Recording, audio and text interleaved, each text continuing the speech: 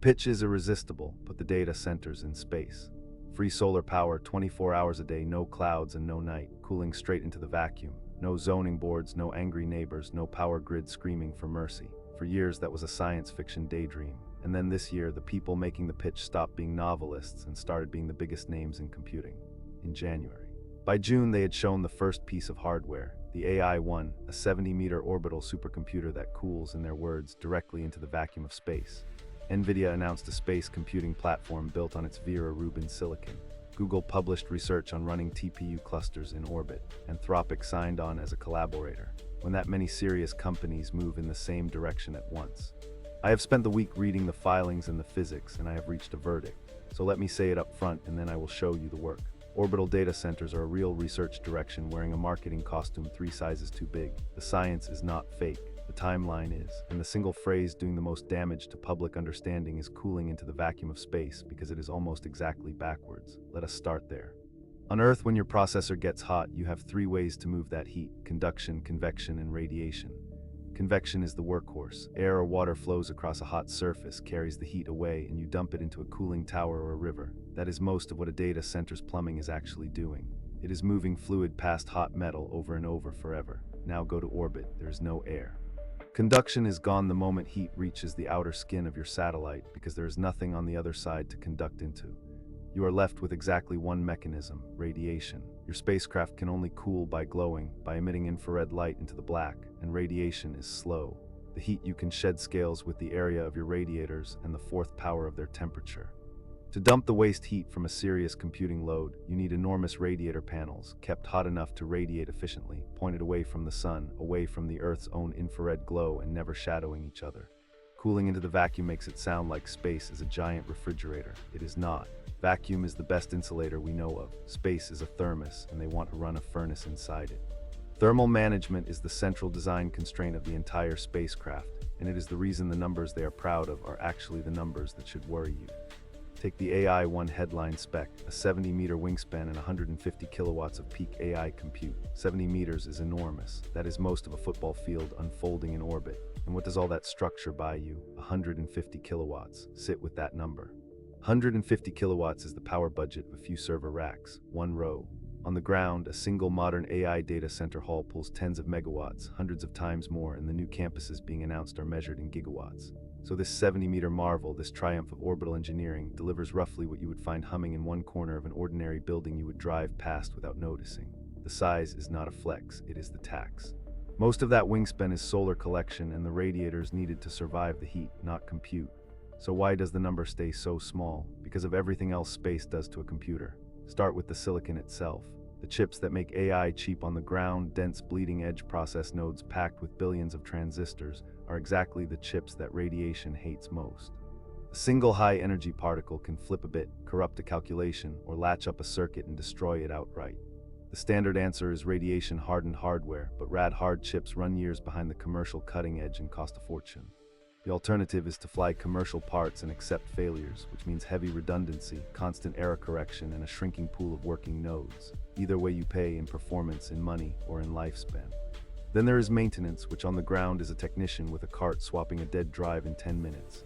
In orbit there is no cart and no technician. When a node dies, and at these scales nodes die constantly, it is dead. You cannot touch it.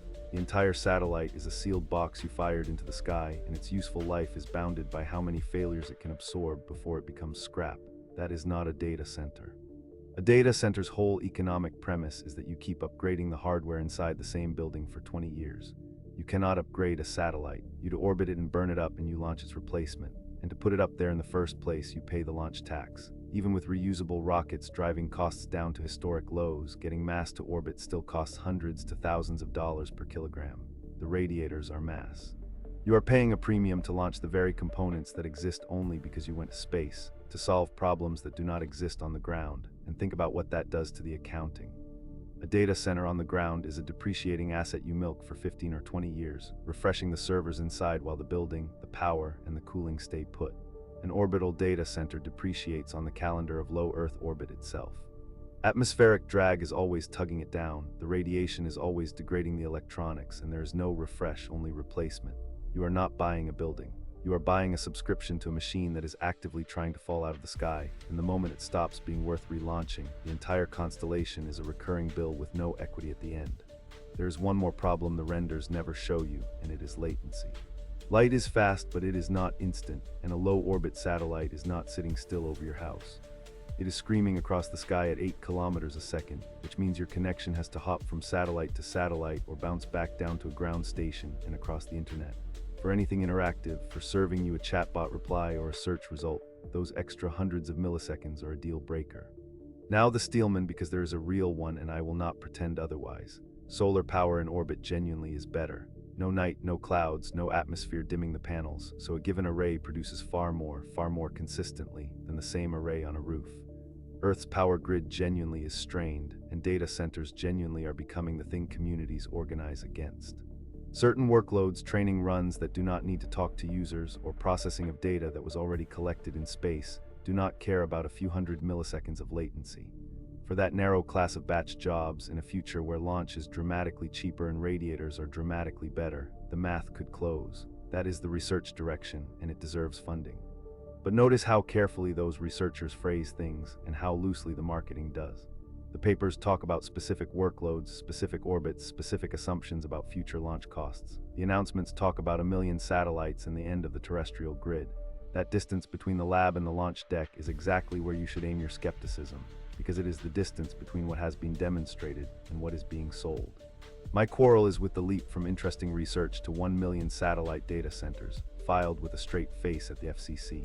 Because a filing is not a roadmap. It is a claim staked on spectrum and orbital slots, a way to reserve the real estate before anyone has proven the idea works. The gap between a 150 kilowatt demonstrator and a 1 million satellite constellation is not an engineering increment. It is about 6 fundamental problems, each unsolved, each quietly presented to the public as already handled because someone unfurled a wing in orbit and shot beautiful video of it. Here is how I would tell the honest version. We have a hard thermal problem because vacuum traps heat rather than removing it. We have a radiation problem that forces a choice between slow chips and short lifespans. We have a maintenance problem with no answer but replacement. We have a launch cost problem that taxes every kilogram of the solution. Against all of that, we have one genuine advantage, better solar, and one genuine niche, latency-tolerant batch compute that might someday justify the rest. That is a fair summary. Notice that it contains no 1 million satellite constellations and nothing arriving this decade, so here is my verdict. Orbital data centers are not a scam and they are not impossible.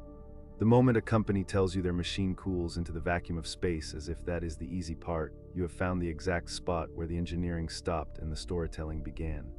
Vacuum is the hard part. It was always going to be the hard part, so watch what these companies launch, not what they file.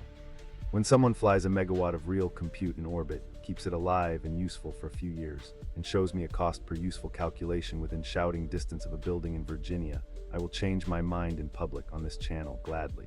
Until then, the data centers are staying on the ground where the air still works, and the next time a press release promises you the sky, check whether they have solved how to keep it cool.